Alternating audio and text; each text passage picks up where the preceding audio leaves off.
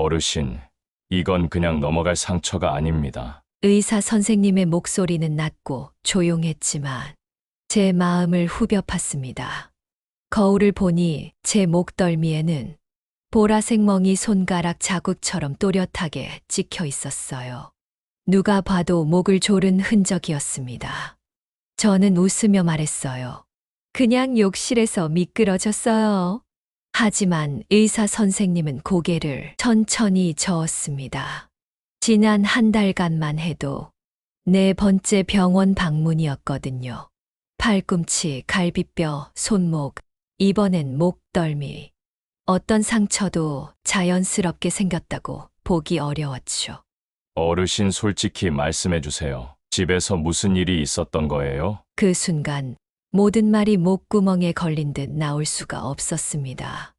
어떻게 말하겠어요? 내가 애지중지 키운 아들이 결혼 후 달라졌고, 그 며느리가 내 얼굴을 때리고, 내 몸을 밀치고, 결국은 목까지 조르기 시작했다고. 그리고 그 모든 걸 보고도 아들은 모른 척 했다고. 그날 저는 병원에서 나오며 걸었습니다. 내내 생각했어요. 내가 이렇게 살아야 할까? 이대로 참고 살다 죽어도 되는 걸까? 아니야, 이젠 참지 않겠다고 마음을 먹었습니다. 그리고 이틀 뒤, 저는 경찰서로 갔습니다. 그 길이 제 인생을 바꾸게 될 줄, 그리고 제 며느리가 경찰서 유치장에 앉게 될 줄은 꿈에도 몰랐습니다.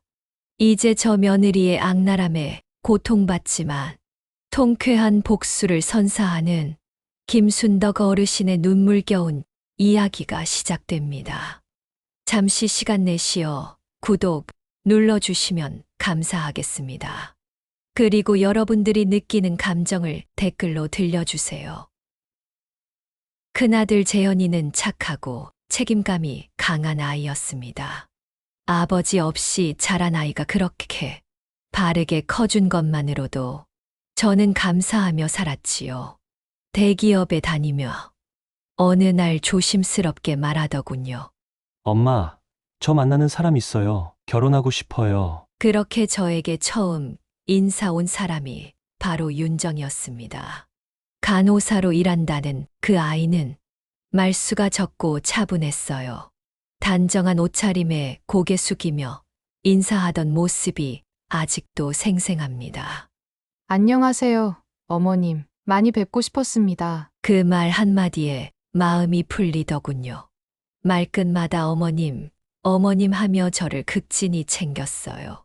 결혼이 확정되고 신혼집을 구하면서 재현이가 말했어요. 윤정이가 엄마랑 같이 살고 싶대요. 친정어머니가 안 계셔서 엄마를 진짜 엄마처럼 생각하고 싶대요. 순간 망설였지만 윤정이의 그 말에 저는 눈시울이 뜨거워졌습니다. 그래, 고맙다.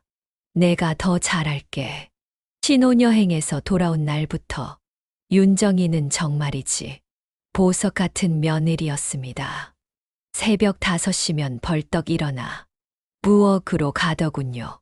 된장찌개에 가지볶음, 멸치볶음, 어찌나 손이 야무지던지요. 어머님, 이거 드셔보세요. 어제 장봐온 채소로 무쳤어요. 무릎 꿇고 앉아 제 앞에 반찬을 놓는 그 모습을 보며 저는 속으로 내가 참 복이 많구나 생각했습니다. 저녁엔 늘 저에게 따뜻한 차를 내주고 약 먹을 시간도 잊지 않게 챙겨줬죠. 혈압약 드셨어요. 어머님, 까먹지 마세요. 그 애정이 가득한 말투, 행동 하나하나에 저는 매일 감동받았습니다. 동네 친구들에게 자랑까지 했죠. 우리 큰며느리는 진짜 천사야. 내가 뭐 좀 하려고 하면 손목을 붙잡고 말려. 어머님은 쉬세요. 제가 할게요 하면서 말이야. 할머니들은 웃으며 말했죠.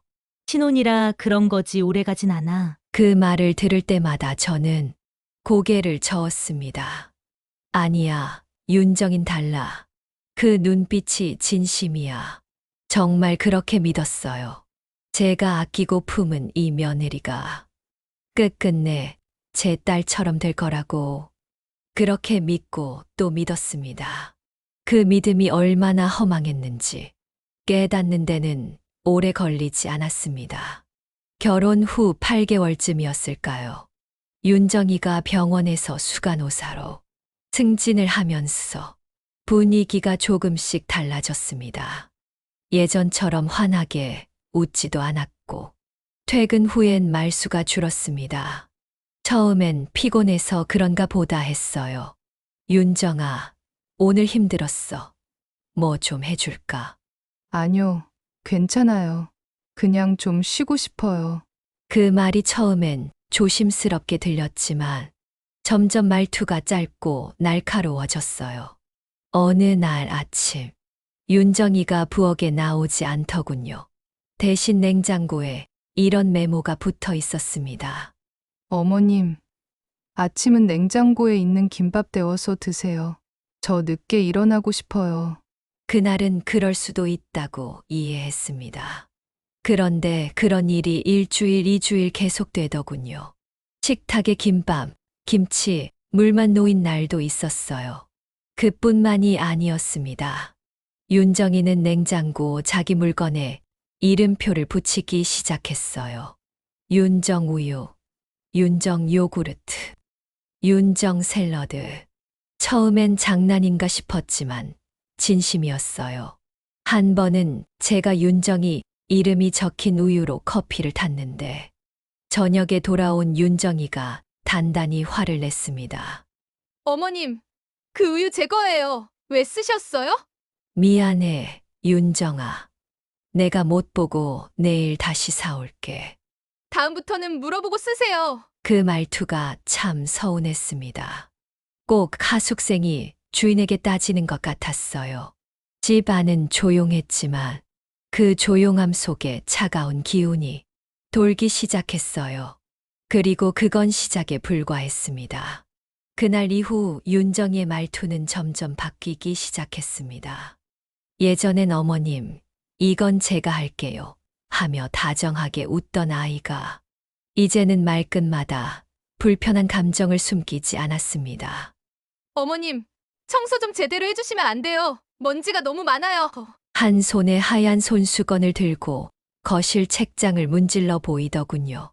정말로 먼지가 조금 묻어 있긴 했지만 그걸 보여주며 한숨을 쉬는 며느리의 얼굴을 보니 가슴이 철렁했습니다. 아, 내가 깜빡했네. 눈이 잘 안 보였어.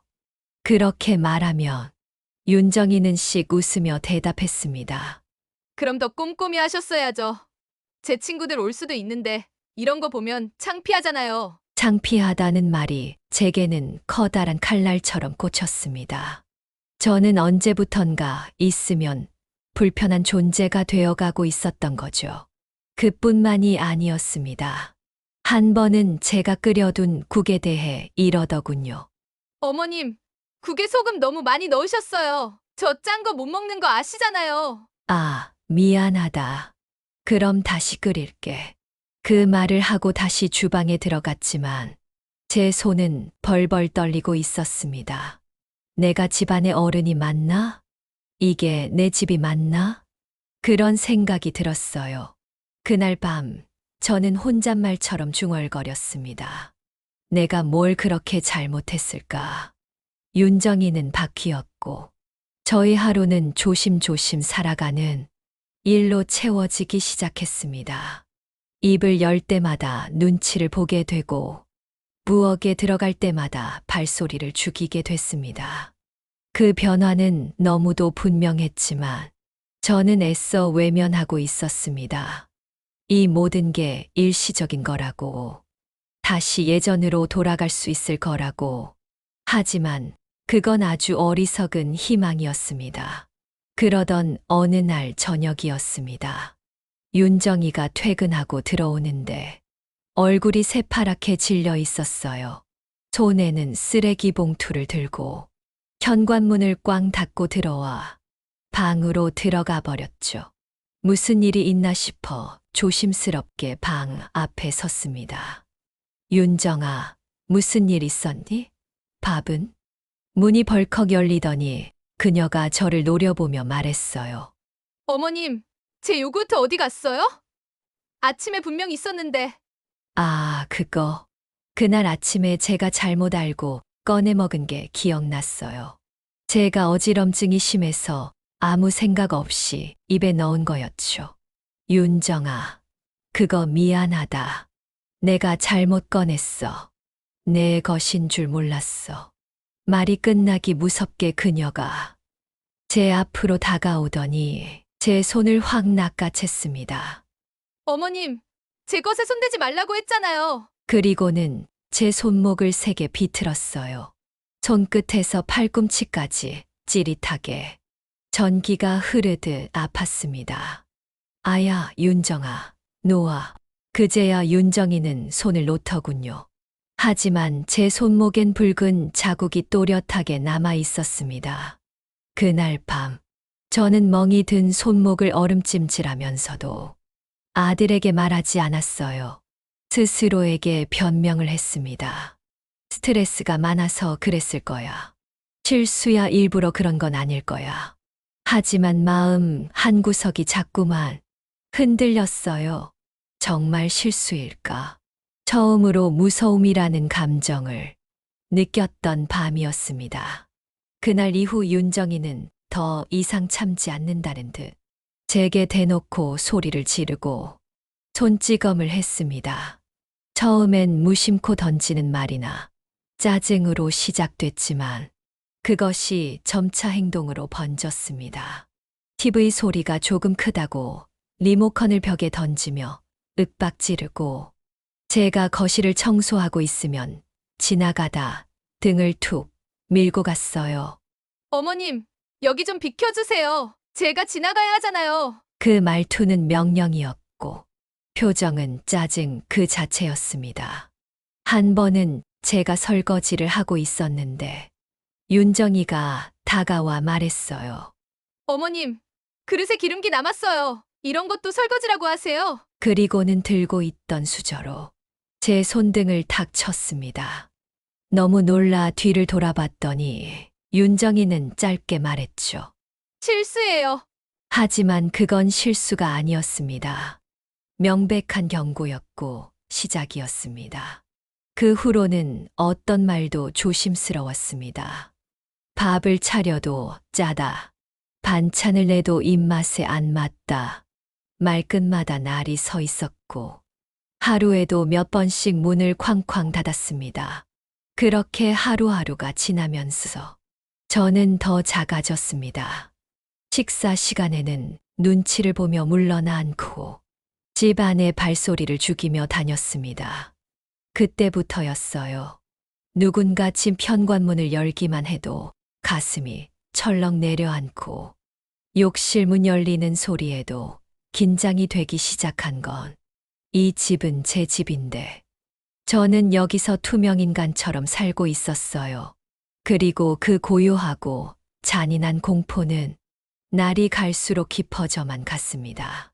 그렇게 점점 무너져 가던 어느 날, 저는 용기를 내어 큰아들 재현이에게 말을 꺼냈습니다. 집에 들어온 재현이에게 조심스레 팔을 걷어보이며 말했죠. 재현아, 이거 봐라, 윤정이가 엄마를 좀 심하게 밀었어. 팔목엔 파랗게 멍이 들어 있었습니다. 손등도 부어 있었고요. 눈을 제대로 마주칠 자신은 없었지만 그래도 믿고 싶었어요. 내 아들만은 내 말을 들어줄 거라고. 그런데 재현이는 제 팔을 힐끔 본 뒤 한숨을 내쉬며 말했습니다. 엄마, 윤정이가 일부러 그랬겠어요? 그냥 실수였겠지. 요즘 병원 일도 많고 스트레스가 심하대요. 엄마도 좀 이해해줘요. 그 말에 저는 멍든 팔보다 마음이 더 아팠습니다. 그게 실수처럼 보이니? 며칠 전에도 수저로 손등을 쳤어. 리모컨도 던지고 자꾸 밀고 부딪히고 그냥 그런 게 아니야. 그러자 재현이는 눈썹을 찌푸리며 말했어요. 엄마가 예민하게 받아들이는 거 아닐까? 윤정이 원래 그런 애 아니잖아. 너무 민감하게 굴면 윤정이도 불편하지. 그 순간 제 입술이 바짝 말라붙는 느낌이 들었습니다. 그렇게 아끼며 키운 아들이 제 이야기를 단지 예민한 반응으로 치부하더군요. 내가 거짓말하는 것 같니? 제 말에 재현이는 말없이 시선을 피했습니다. 그게 대답이었어요. 그날 밤 저는 불 꺼진 방에서 이불을 덮고 한참을 울었습니다. 팔이 아니라 가슴이 더 아팠습니다. 나를 때린 건 며느리였지만 나를 무너뜨린 건 내 아들이었으니까요. 그날 이후 윤정이의 폭행은 더 대담해졌습니다. 아들이 자기 편이라는 걸 확인하고 나서는 더 이상 조심하지 않았습니다. 그날은 일요일 아침이었습니다. 밤새 속이 더부룩해 거의 잠을 못 잤기에 늦잠을 좀 자고 말았어요. 눈을 떴을 때 시계는 오전 9시를 넘기고 있었습니다. 일어나 부엌으로 가보니 윤정이가 식탁에 앉아 팔짱을 낀 채 기다리고 있었어요. 눈빛이 날카롭고 입술이 얇게 다물려 있었습니다. 어머님, 지금 몇 시인 줄 아세요? 미안하다. 윤정아 몸이 좀 안 좋아서. 아침도 안 해놓고 늦잠까지 주무시면 어쩌자는 거예요? 그 말투에 저는 얼어붙었습니다. 겨우 한두 시간 늦게 일어났을 뿐인데 그렇게까지 할 일인가 싶었죠. 하지만 입을 열기도 전에 그녀는 쿵 소리를 내며 의자를 밀치고 일어났습니다. 정말 이래서 내가 같이 살기 싫었다니까. 그리고는 다가와 제 어깨를 밀쳤습니다. 중심을 잃고 식탁에 부딪히며 겨우 버텼지만 그 다음 순간 그녀가 손을 들어 제 뺨을 내리쳤습니다. 어머님이 사람을 사람 취급 안 하니까 내가 이러는 거예요. 그 순간 제 귓가가 찢어지는 것 같았고 순간적으로 세상이 빙글 돌았어요. 뺨이 얼얼하고 눈물이 저절로 났습니다. 저는 주저앉아 숨을 몰아쉬며 말했습니다. 이건 너무하잖니. 윤정이는 미동도 하지 않았습니다. 그리고 말했죠. 아들한테 말해도 소용없어요. 오히려 어머니가 이상하단 소리만 듣게 될걸요. 그 말을 듣는 순간 저는 무너졌습니다. 더는 이 집에서 사람으로 살 수 없다는 걸 절감했어요. 그날 밤 저는 거울 앞에 서서 제 얼굴을 봤습니다. 시퍼런 손자국이 뺨 한가득 남아 있었습니다. 그 흔적은 단순한 멍이 아니었습니다. 내 삶이, 내 존엄이 철저히 짓밟힌 증거였죠. 그날 밤 저는 결심했습니다. 이제는 참지 않겠다고. 다음 날 아침 저는 긴 팔 셔츠로 뺨을 가리고 병원을 찾았습니다. 여전히 멍이 남아 있었고 두통도 가시지 않았습니다. 의사는 진단서를 끊어주며 조심스럽게 말했습니다. 이건 폭력입니다. 그리고 반복적입니다. 어르신, 경찰에 신고하셔야 합니다. 그 말에 저는 손을 떨며 고개를 끄덕였어요. 마음은 무너졌지만 그날만큼은 제 존엄을 위해 움직이기로 결심했거든요. 병원을 나서면서도 수십 번 망설였습니다. 정말 경찰서에 가도 될까? 아들이 알면 또 나를 원망하진 않을까? 하지만 제 뺨 위에 남은 그 손자국이 말해주었죠. 이건 더 이상 가정의 일이 아니다. 파출소 앞에 도착하니 발걸음이 떨어지질 않았습니다. 안으로 들어가니 젊은 경찰관이 자리에서 일어나 다가왔습니다. 무슨 일로 오셨나요, 어르신? 저는 작게 그러나 분명히 말했습니다. 며느리에게 맞았어요. 몇 달째 계속이었어요. 경찰관의 얼굴이 굳어졌습니다. 바로 안으로 안내되어 상담실에 들어갔고 보호관찰과 여성 청소년과 담당이 배정되었습니다. 말문을 여는데 한참이 걸렸지만 차근차근 이야기했습니다. 처음엔 이름표 붙인 우유부터 수저로 때린 손등, 밀친 어깨, 그리고 마지막으로 뺨을 때린 그날까지. 말하는 내내 제 몸은 떨렸고 눈물도 멈추지 않았습니다. 그런데 경찰관이 제게 이렇게 말했어요. 어르신, 절대 어르신의 잘못이 아닙니다. 용기 내주셔서 감사합니다. 저희가 도와드리겠습니다. 그 말에 저는 무너져 내렸습니다. 무언가가 제 속에서 후두둑 무너지는 동시에 아주 작게나마 희망이 피어났어요. 그날 오후 윤정이는 경찰서로 출석 통보를 받았고 그 자리에서 체포됐습니다. 아들에게도 연락이 갔죠. 재현이는 처음엔 화를 냈습니다. 하지만 경찰관이 보여준 진단서와 제 진술, CCTV 화면을 보고는 한참을 말이 없었습니다. 결국 그는 바닥에 주저앉아 머리를 감쌌습니다. 그제야 제 아들이 저를 처음으로 봤습니다. 어머니가 아닌 피해자로, 보호받아야 할 존재로. 경찰 조사가 시작되면서 제 일상은 완전히 달라졌습니다. 윤정이는 폭행 혐의로 입건되어 조사받는 중이었고, 저는 임시보호소로 거처를 옮기게 되었습니다. 낯선 방, 낯선 사람들. 그러나 그곳엔 공통점이 있었습니다. 저처럼 말 못할 사연을 안고 살아온 어르신들. 한 분은 아들에게 밀쳐 넘어져 갈비뼈가 부러졌다고 했고, 또 한 분은 딸이 생활비를 빼앗고 폭언을 일삼는다고 했습니다. 저는 그 안에서 비로소 저 같은 고통이 혼자가 아니었음을 알게 됐습니다. 재현이는 며칠 후 저를 찾아왔습니다. 그는 눈 밑에 깊은 그늘이 내려앉은 얼굴로 말했습니다. 엄마, 미안해요. 진작 알았어야 했는데 왜 그동안 아무 말도 안 하셨어요? 저는 말없이 그의 손을 잡아줬습니다. 그리고 조용히 말했죠. 내가 믿어주지 않을까봐 무서웠어. 그날 이후 재현이는 윤정이와의 별거를 시작했고 이혼을 결심했습니다. 한때 사랑했던 사람과의 결별이 얼마나 고통스러웠을지는 짐작도 가지 않았지만 저는 그의 결정을 존중했습니다. 그렇다고 모든 것이 단숨에 해결된 것은 아닙니다. 윤정이 측은 상해가 아니라 단순 폭행이라며 처벌을 최소화하려고 했고 저의 기억과 증언을 노인의 과민 반응이라며 무시하려 했습니다. 하지만 저는 포기하지 않았습니다. 진단서를 제출하고 일기장에 남긴 기록들, CCTV 자료 요청까지 하나하나 경찰과 함께 정리해 나갔습니다. 2달 가까운 시간이 걸렸고 그 과정은 너무도 지치고 외로웠지만 저는 끝까지 싸웠습니다. 결국 윤정이는 법원으로부터 징역 6개월, 집행유예 2년, 접근금지 명령을 받았습니다. 언론에 보도되진 않았지만 제게는 그것이 큰 위안이자 승리였습니다. 이제 저는 다시 혼자입니다.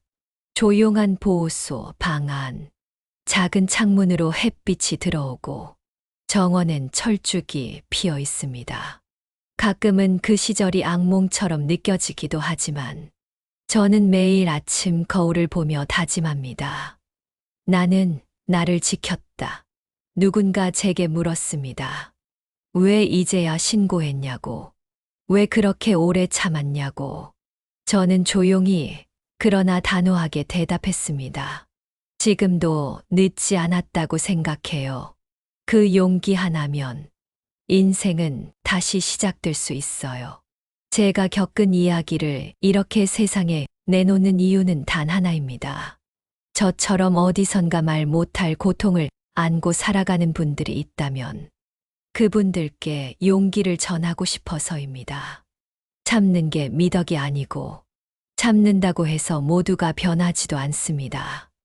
때로는 말하는 용기, 도움을 청하는 행동이야말로 진짜 강함일 수 있습니다. 그날 병원에서 의사 선생님이 제게 말했듯이요. 할머니, 이건 그냥 넘어갈 상처가 아닙니다. 그리고 지금 저는 압니다. 그 말이 곧 제 인생을 다시 살게 해준 첫 문장이었다는 것을요. 며칠 전 보호시설에 새로운 어르신 한 분이 들어오셨어요. 저보다 1살 많으신 분인데 말수도 적고 늘 멍하니 창밖만 바라보시더라고요. 저는 조심스럽게 다가가 말을 걸었습니다. 여기 오신 지 얼마 안 되셨죠?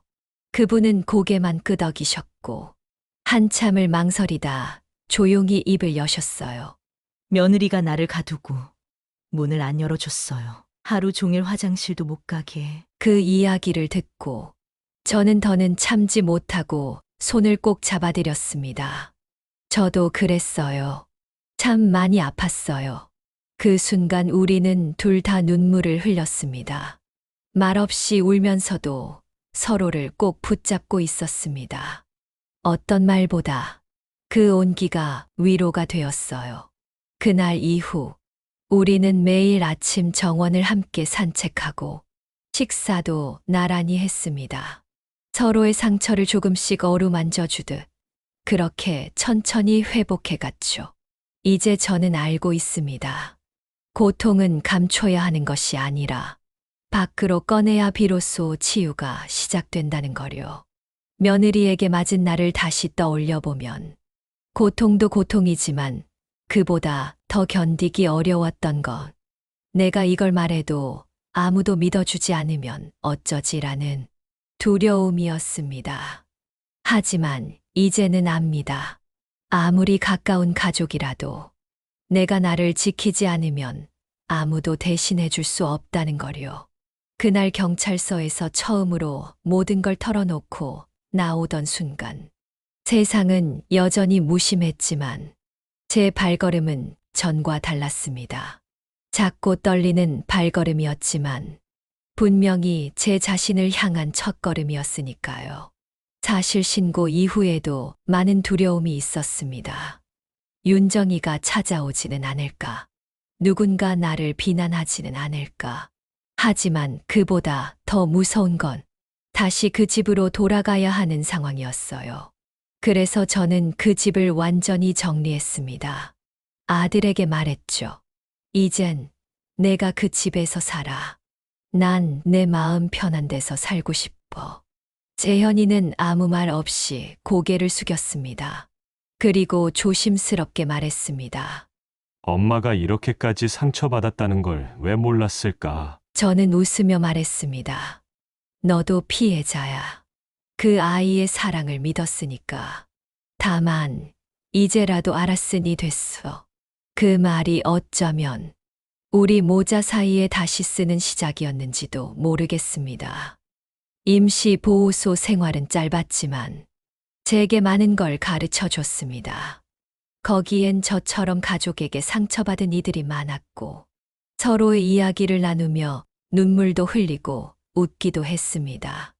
어느 날 한 어르신이 제게 그러더군요. 우리가 왜 이렇게까지 참았는지 모르겠어요. 그게 사랑인 줄 알았거든요. 그 말에 저는 깊이 공감했습니다. 사랑이라고 믿었던 시간들이 결국 내 존엄을 무너뜨리는 독이 되어 있었다는 사실을 우리는 너무 늦게 깨달은 거죠. 하지만 중요한 건 지금이라도 멈췄다는 것입니다. 그 선택이 늦은 게 아니라 늦게라도 했기 때문에 우리는 다시 살아갈 수 있었어요. 그 후 저는 국가 지원을 통해 작은 임대주택을 소개받았고 요양보호사의 도움을 받아 자립을 시작했습니다. 작은 방 하나, 부엌 하나, 그리고 햇살이 잘 드는 창문 하나가 있는 그 집은 제 인생 처음으로 나만을 위한 공간이었습니다.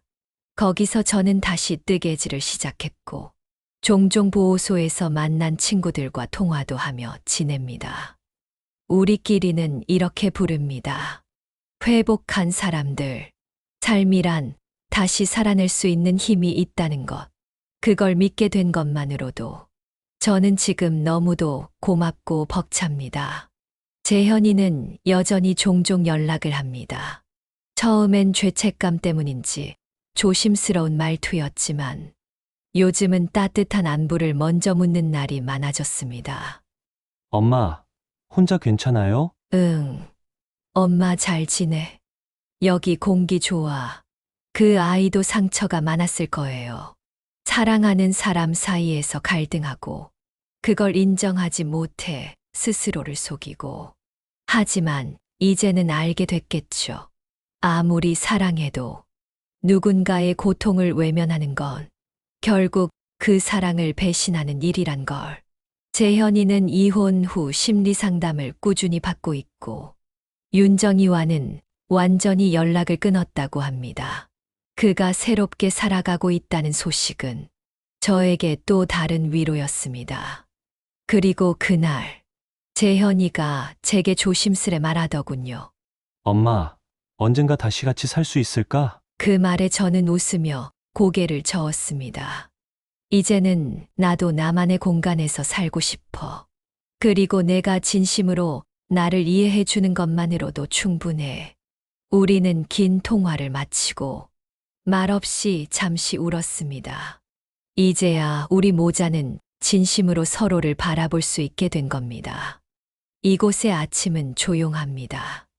새소리가 창 너머로 들려오고 간호사 선생님은 늘 부드럽게 안부를 물어줍니다. 김순덕 어르신, 오늘 기분은 어떠세요? 좋아요? 햇빛이 참 따뜻하네요. 점심엔 다른 어르신들과 함께 식당에 앉아 도란도란 이야기를 나눕니다. 모두 제각각 사연을 품고 살아온 분들이지만 지금은 서로의 하루를 지켜주는 친구가 되었어요. 저녁이면 작은 정원에 나가 철쭉 아래 벤치에 앉습니다. 그저 하늘을 바라보며 내게 남은 시간을 조용히 들여다봅니다. 그 시간을 통해 깨달았습니다. 지금 내가 여기 있는 건 살아남아서가 아니라 견뎌내서입니다. 그리고 그 끝에 남은 건 분노도 슬픔도 아닌 내 삶을 향한 연민과 자부심입니다. 내가 누구보다 약하고 작아졌을 때도 나를 지키기 위해 목소리를 낼 수 있었던 그 용기. 그게 제가 살아온 인생의 가장 빛나는 순간이었습니다. 혹시 지금 이 영상을 보고 계신 분들 중에 저처럼 누군가의 말 한마디, 손짓 하나에도 매일 눈치를 보며 살아가고 계신 분이 있다면 꼭 말씀드리고 싶습니다. 참는다고 해결되지 않습니다. 가족이라는 이유로, 부모라는 이유로 더는 참지 마세요. 세상이 변했습니다. 이제는 어르신도 보호받아야 할 당연한 권리가 있습니다. 목소리를 내는 게 결코 부끄러운 일이 아니에요. 오히려 그 목소리 덕분에 또 다른 누군가의 인생이 구해질 수 있어요. 저는 더 이상 희생당하는 어머니가 아닌 자신의 존엄을 지킨 한 사람으로 살아가고 있습니다. 그리고 지금 이 순간도 여러분 중 누군가는 제 이야기를 통해 자신의 삶을 되돌아보고 계실지도 모릅니다. 그렇다면 저는 충분히 잘 살아온 인생입니다. 오늘 이야기가 마음에 와닿으셨다면 구독과 좋아요, 알림 설정까지 부탁드립니다. 세월의 온기는 이름 없는 인생들의 진짜 이야기를 기억합니다. 댓글로 여러분의 생각을 나눠주세요. 다음 이야기에서 또 만나요. 감사합니다.